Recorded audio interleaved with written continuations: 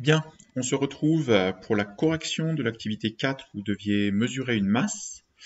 Donc je vous ai demandé dans la tâche numéro 1 de regarder la balance électronique que vous avez probablement à la cuisine et de la comparer aux balances qu'on a au laboratoire, balance élève ou balance que j'utilise moi à mon bureau, balance professeur. Si on regarde les caractéristiques de la balance de cuisine, en regardant par exemple dessous, elles sont indiquées, on s'aperçoit par exemple, c'était le cas pour la mienne, que le maximum qu'une balance de cuisine peut peser est de l'ordre de 5000 grammes, c'est-à-dire 5 kg. La précision d'une balance de cuisine vaut, en tout cas pour la mienne, 1 gramme. Ça peut être 2 grammes, 5 grammes éventuellement. Donc si on compare ces balances, on s'aperçoit qu'on va pouvoir peser des objets ou des substances beaucoup plus lourdes sur la balance de cuisine par rapport aux balances qu'on possède au collège, mais en revanche, la précision est beaucoup moins grande. Ce sont des balances beaucoup moins précises. Au collège, la précision de ma balance sera d'un centième de gramme, voire d'un dixième de gramme pour celle que vous utiliserez, tandis qu'en cuisine, elle n'est seulement de 1 gramme.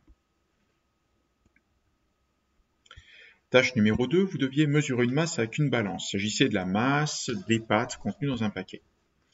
Donc, vous deviez vérifier que l'unité était bien en grammes. Les balances peuvent mesurer dans d'autres unités, par exemple en onces, des unités que j'ai utilisées dans d'autres pays. Vous deviez peser un récipient vide. Moi, j'ai choisi de peser directement le carton d'emballage des pâtes. Il faisait 31 grammes.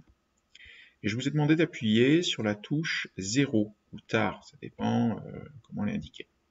Que se passe-t-il dans ce cas? Eh bien, la balance se remet à 0. Alors, quel est l'intérêt de cette action? Eh bien, cela permet de soustraire sans calcul la masse du récipient. La balance va annuler, soustraire, supprimer la masse du récipient.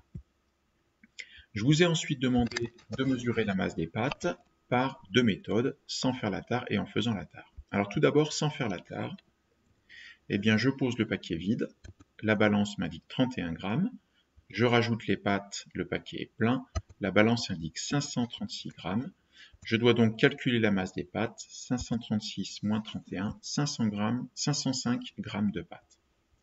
En faisant la tare maintenant, je pose le paquet vide, puis je fais la tare, la balance indique donc 0 à ce moment-là. Puis je rajoute les pâtes, le paquet est plein, la balance indique 505 grammes, je n'ai pas de calcul à faire, la masse des pâtes est directement indiquée, elle vaut 505 grammes. Je vous ai demandé ensuite de comparer à ce qui est indiqué sur le paquet. Mon paquet de pâtes m'indiquait une masse de pâtes de 500 grammes, j'ai 505, donc il y a très peu d'écart, vous pouvez avoir quelques grammes d'écart, c'est tout à fait normal. Vous deviez ensuite convertir des valeurs de masse en complétant le tableau, kilogramme, kg, entre l'hectogramme et le gramme, ce sont les décagrammes, entre les décigrammes et les milligrammes, les centigrammes, CG, les centièmes de grammes, puis les milligrammes, les millièmes de grammes.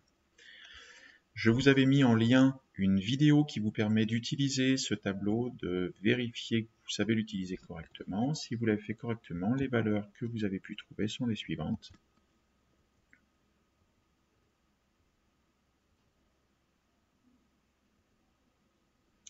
Si vous avez fait des erreurs, n'hésitez pas à retourner voir la vidéo pour savoir comment on utilise ce tableau de conversion que vous avez déjà vu en primaire.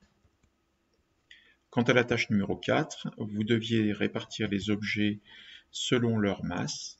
Alors attention, ce sont des ordres de grandeur, ça ne signifie pas qu'un cochon pèse chaque fois 100 grammes ou que chaque voiture pèse 1 tonne. Mais la masse d'une voiture, c'est de l'ordre d'une tonne, la masse d'un cochon de l'ordre de 100 kg, 100 et 200 kg par exemple. Vous remarquerez que le beurre, je l'ai mis dans deux cases, selon la taille des plaquettes que vous utiliserez. Elles peuvent être de 250 grammes ou de 500 grammes. Voilà. Vous aurez de nouveau une activité sur la masse à réaliser pour la fois suivante. Bon travail et bonne journée.